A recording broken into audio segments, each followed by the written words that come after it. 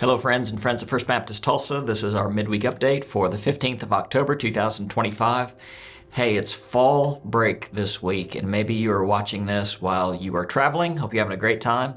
Or maybe you're watching this while you're stuck in Tulsa. I hope you're envying all those who have a great time. And let me give you a few things that are going on in the life of our church, and then we're going to jump in and look at another minor prophet today. So really, I'm going to keep the announcements very simple. Two things I want you to be aware of. We're getting ready at the end of this month to really start promoting our missions offering. We have a goal of $344,000 that will go to fund missionaries in the state, nationally, internationally. And the first $44,000 will go to fund a compassion center in Indonesia. And so as you consider your end of year giving, as you consider doing Christmas gifts for somebody, you can give a gift to our missions offering, and that be a gift to somebody. If there's somebody in your life who has everything they need, consider making a gift in their name and their honor, and have it make an impact somewhere in the world. So please be aware of that missions offering that's coming up toward the end of the year. Second, if you're receiving this by email, if you're a member, I would ask you to look at the email itself and look at the content that's embedded here, some shareable links that you can share concerning some of the messages that we send out. So you can look for that, you can watch those, you can also post those to your social media accounts. All right, so this week we're looking at the book of Amos, and it's not as short as Joel was. This is going to be 9 chapters in Amos, and let me give you a little background. Talk about the main message of Amos and then some things to look for. And I would encourage you to read through the minor prophet Amos at least once this week. So, big thing to know about Amos himself is he was not a professional prophet. In fact, in verse 1, he says that he was a shepherd. Later on in chapter 7, we learned that he also was in charge of an orchard. So he was a farmer rancher. And being a prophet was not his professional calling, but God put such a burden on his mind and heart to share something, and share he did. And it's a reminder that God can use anyone he chooses in any way he pleases. He oftentimes uses professionals, but he also uses people from other professions to serve as his voice. The audience, and I would encourage you, if you're having trouble putting the minor prophets in context, in the comments section or in the description section of this video, you can look for another video that's meant to be a resource video that sums up the entire time period, the era of the minor prophets. Go back and look at that if you need to. But it's really important to know who's the audience. And Amos is talking to the northern kingdom of Israel. And with it being the northern kingdom of Israel, then the adversary was Assyria. So that's kind of the tension, the global tension that's going on in Amos's day. Now, as you begin to read, and really in the first 2 chapters, you're going to see a nation mentioned. And then it says, I'll just go ahead and read chapter 1, verse 3. For 3 sins of Damascus, even for 4, I will not relent. So you're going to see that every paragraph, that pattern repeat. What Amos is talking about is as he talks about these other nations around Judah and around Israel. He's talking about escalating evil. So for 3 sins, even for 4, you see the uptick there. But then if you take 3 plus 4, that equals 7, and that's a divine number. So here these people seem to have perfected the art of doing evil. So there's an escalating, growing evil in all these nations.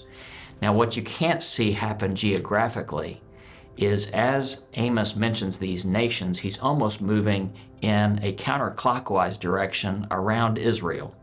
So if I were to do this today, I would say, oh, woe to Arkansas, and then woe to Kansas, and then woe to New Mexico, and woe to Texas. I would never say that. But he's kind of working his way around Israel. And then surprisingly, the very last nation he critiques is Israel itself. You know, it's easy to point out all the wrongs of the enemies around you, but then to deal with your own evil.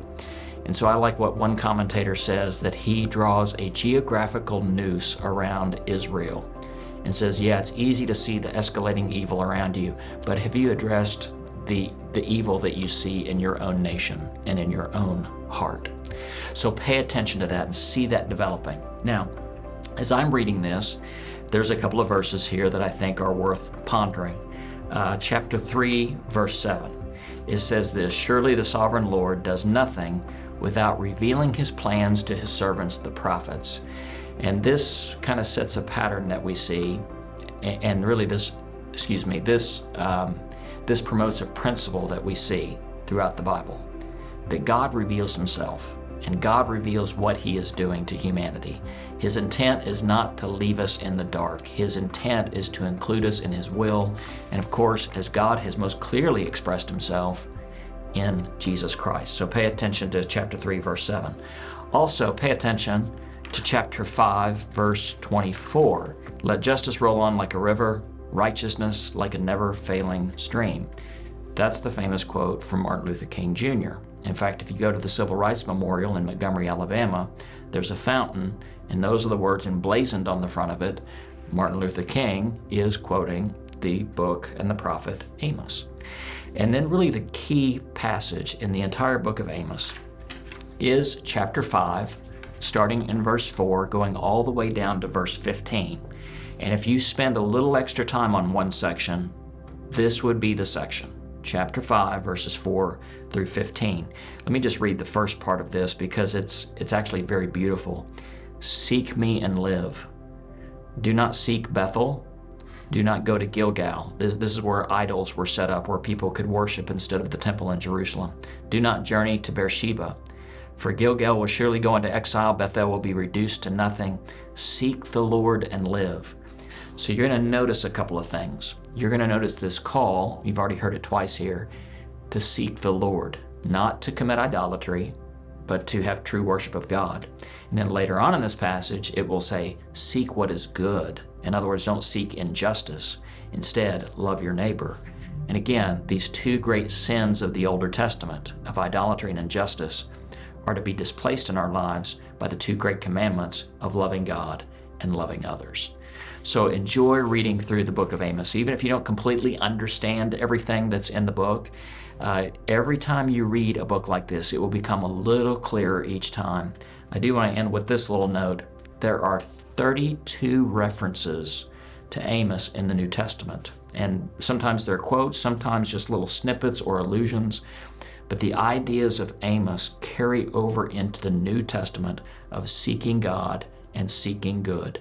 May we do that as individuals, and may we do that as a church as we glorify God in all we do. Love you, love serving as your pastor, seek the Lord, and seek good. May the Lord bless you. See you soon. Bye-bye.